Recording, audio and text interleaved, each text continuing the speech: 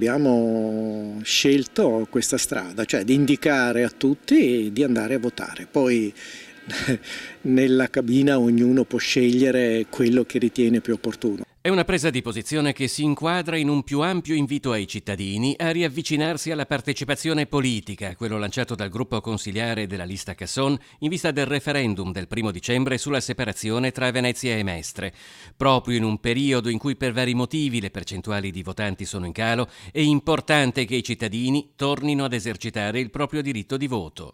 Vorremmo che i cittadini valutassero con molta attenzione, con molta riflessione, quello che devono o dovranno fare il 1 dicembre. Quindi è un non voler mettere un cappello di un sì o di un no su una questione così importante qual è la quinta volta un referendum sulla separazione. Brugnaro ha improntato il suo mandato su criteri fortemente autocratici, accentrando in poche mani fidate ogni potere, si legge in un comunicato della lista Casson, e le città e i territori del comune di Venezia avvertono un disagio che è assenza di rappresentanza e partecipazione davanti a problemi che si vanno acuendo in laguna come in terraferma. Di avere ritirato le deleghe alle municipalità non l'abbiamo condiviso, non lo condividiamo e quindi riteniamo importante che si riprenda il dialogo anche con queste istituzioni che sono previste per norma e che invece negli ultimi anni